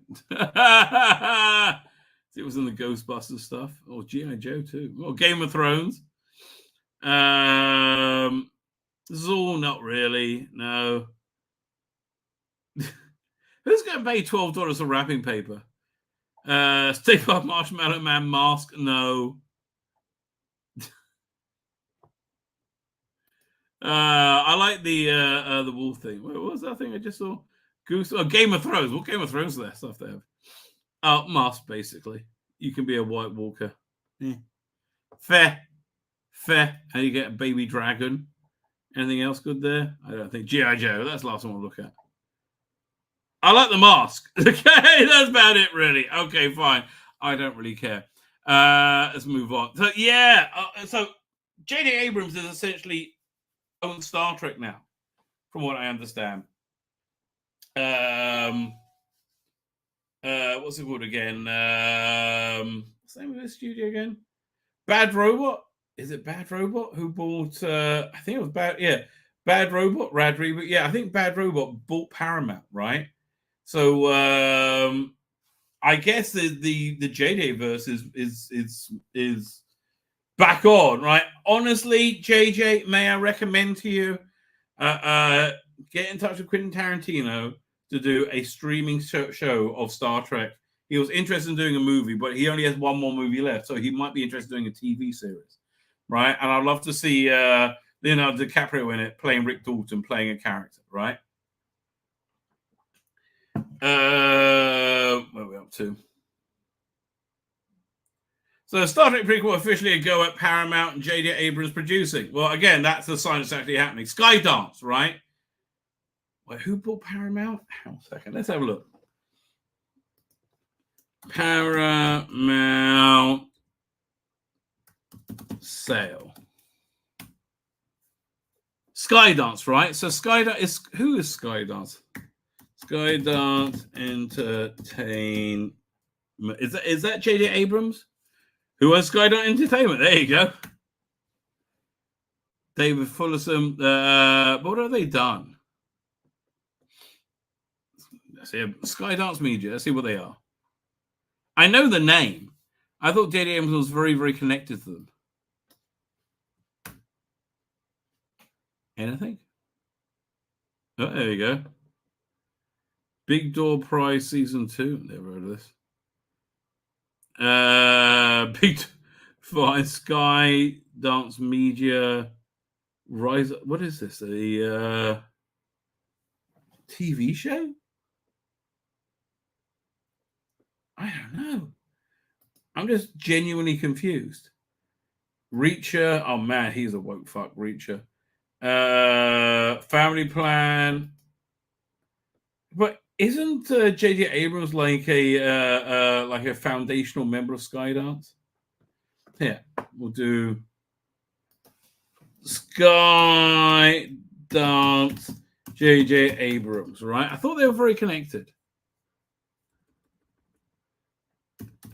I might be completely wrong.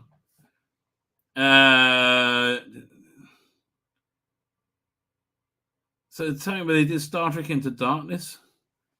Okay, fine. So this is okay, fine. So if they did Star Trek Into Darkness, it must be a anything. Everything's frozen. About careers. Is there a search?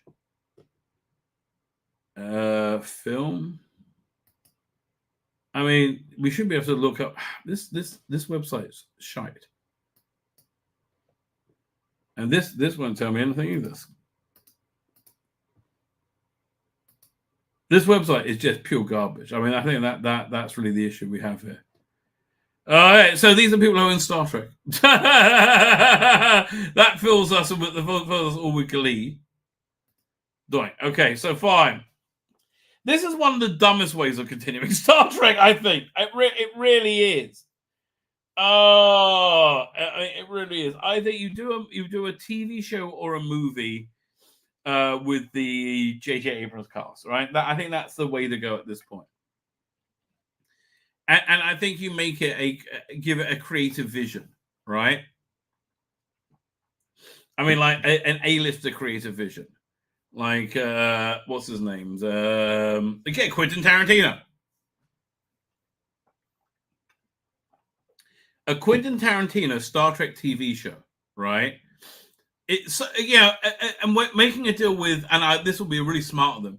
They made a deal with Apple for as a Star Trek hub that would add so much value to Apple Plus, which is a streaming service I genuinely like. Right? Imagine if you had on Apple Plus a Star Trek hub which had all the movies, all the TV shows, all the you can have all the bad the latest stuff as well. I would put like the shit stuff in like a garbage tier tab, right? Discovering all that bullshit. I would just forget that ever happened. I would kind of reshoot or not reshoot. I would rebrand Star Trek Picard season 3 as the only season. Right, that's 100% what I'll do. Oh, just got to communicate. Bad robot something. There you go. Worked out eventually. Anyway, but this just seems like a dumb way to go. The 2009 Star Trek 2009 is getting a prequel. Then this seemed like the beginning of the technology where you would say it's recognizably Star Trek. Right, the new film will take place decades before that film, so it's basically talking an Enterprise area, right? Which is really what it is. And okay, if we're doing that, why don't we? Again, this should be for TV. Why not have an Enterprise miniseries where they fight the Romulan War? They come at retirement to fight the Romulan War, and eventually it ends with the formation of the Federation. right? That'd be great. I would love that. I would love a good ending for or a good epitaph for Enterprise, which never got it. And that's why I'm glad Picard did. Picard was a fitting epitaph for the next generation. Right, in the same way, I think Star Trek 6 was like a really nice ending for the original series. Well, they all signed off. I loved it, right? Same thing there. Right, so we're about to.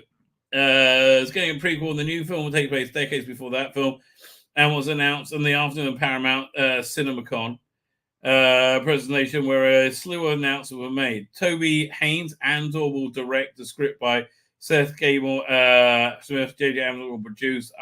Fine, whatever. No word on cast, production, or start date or release date. So it's like the other Star Trek projects. Take it with a grain of salt. Announcing it from the stage is a step in the right direction. I hope it happens. I don't.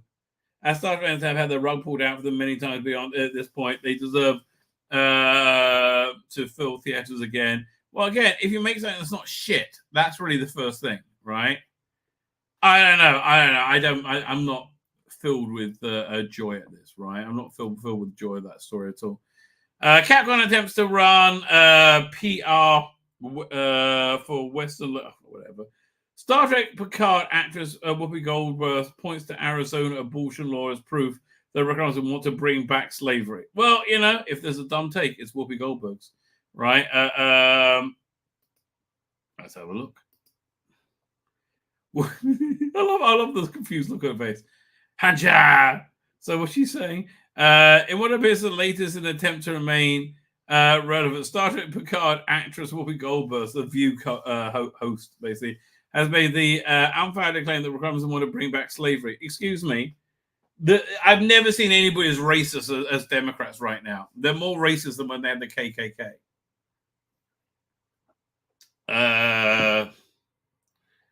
The asinine comment was made during a recent episode of The View, well, obviously, a bit of Tron there,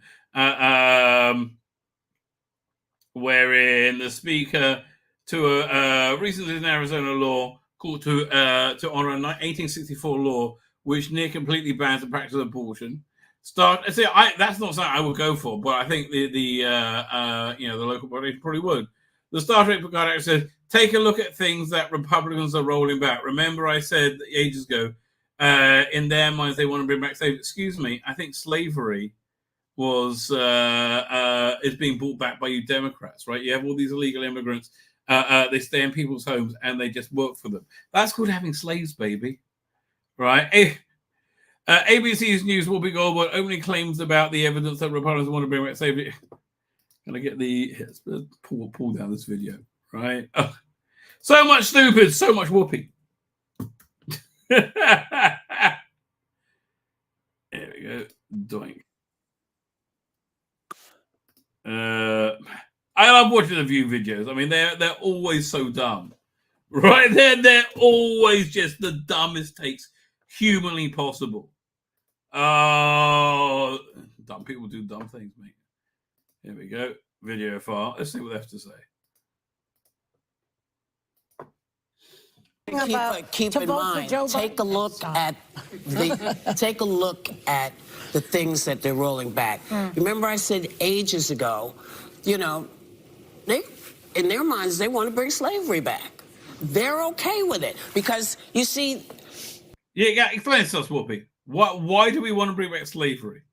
Things change. One of the good things about the Supreme Court is you can fight to make sure you make stuff better. You don't generally fight to make stuff worse. Or to roll back. So let me ask you, do you think the world today is better than it was in 2018? No, it's not, is it? And to me, if you're okay rolling that back, when things were not even a state, when we had no say. Yeah. So how's that going to roll? How's that going to roll? What? Again, so you're saying we want to make the black people have 1/3 of a vote, or they have no rights at all, right?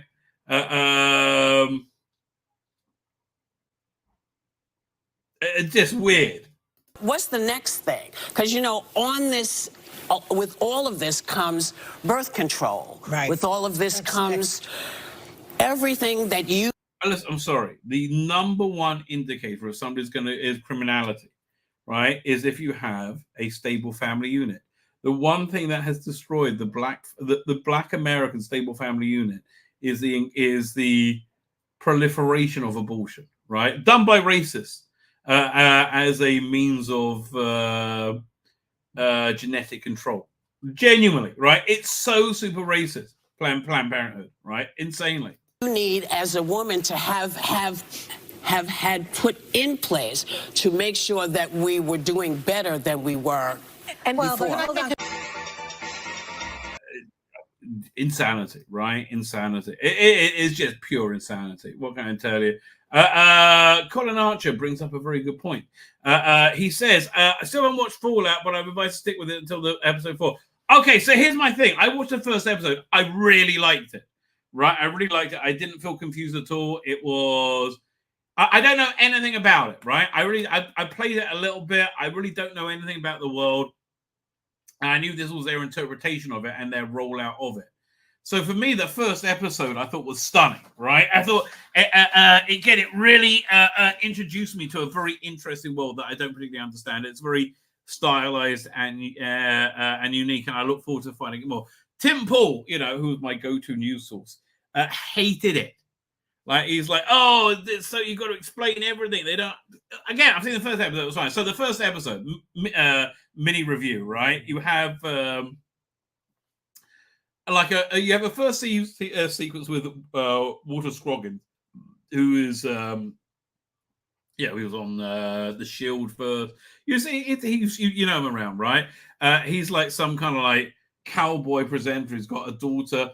And it seems like the 1950s, and there's about to be a nuclear war, and everyone's really scared. And that's what happens. You get this like massive, all these nuclear explosions going off in the beginning titles, not the morning title, and it's great with this great like country western music. It's really genuinely interesting. I like it a lot. So then it goes to several hundred years later. Again, I didn't pay that much attention. And you're in a one of these silos.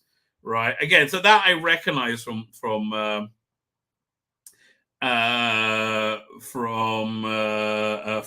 I knew of Fallout. Right. You have these these like cool silos people living with a very like 1950s view, and you got like the protagonist who is for me hot enough. Right. She definitely for the male gaze. Right. Definitely for the male gaze, and for some reason I can't remember. She can't get married. So she there's some kind of thing with the next silo where they have an exchange program or something. And again, I like silo life. Like they're having, when they meet these people, they're in, there's this cornfield, but they're all underground. So you have a back projection of there being, idyllic weather, right? It's all very idyllic 1950s, right? There is a plot point, right, which I don't want to spoil, right, but things suddenly get crazy in the silo, and there's like a massive battle happening, but that's kind of reflected by the film that makes the background gets burnt, and so you see like suddenly the whole milieu is like an inferno, right, absolute inferno. I think I wasn't sure that Carl McLachlan plays like the main character's father. Right, there's a mystery about who her mother is. Again, I was really interested in this world. Right, at the same time, you got this other character who's training with this paramilitary organization to be like these, in these like super battle suits. That's quasi religious. And again, don't know anything about it. I'm looking forward to watching episode 2. So it rolled out now, and then at the end you had like Walter Scroggins again without a nose, being some kind of like immortal character for some reason, and I didn't understand it, but I'm like, well, I'm sure it's gonna, unfold it to me, right? I think it's going to unfold to me. I'm currently playing New Vegas again. Haven't played anything except 4 and 76. This makes me want to play the game, right? This is Colin Archer. This generally makes me want to play the game, but I'm going to watch this show first because I don't want to be spoiled. It's an adaptation of the game. That means it's a different experience. Almost universally, right? Almost universally, it means that if you love the original, right? You absolutely love the original. You're not going to like it. You're not going to like this version, right? If you're a proponent of the game, you're a proponent of the comic, you always hate the adaptation. Very rare you get an adaptation that meets expectations. I would say most people would say that about Peter Jackson's Lord of the Rings, right? But generally speaking, adaptations do not meet one's expectations. Sadly, right? Sadly. But again, I had no expectations because I quite liked it. Like I genuinely quite liked it. In fact, I might go and watch the other one right now. Colin Archer also says there's a series of Star Trek Enterprise books which effectively season 5, which includes include the Romulan War. Yeah, it's a shame, right? I wish we got that. Right, that would be a really great TV. I would like that canon to be like brushed away, right? Rabbi made a mistake saying his VPN to Tehran. That way they won't find me, baby. That way they won't find me. Fine with that. With that, I'm going to wrap up. Matthew Barron's in. With that, I'm going to wrap up. I'm sorry, he just came here. I'm literally going to wrap up. I want to go and have a shit, essentially. So it's poo-poo time for the Rabbi. I am back tomorrow night with more evil cyber filth. Come and join me then, and we will have more fun and frivolity. Is it me or is the picture frozen? Suddenly sounds, I don't know. Could be. Who knows? I'm hitting the end broadcast button, hitting it again.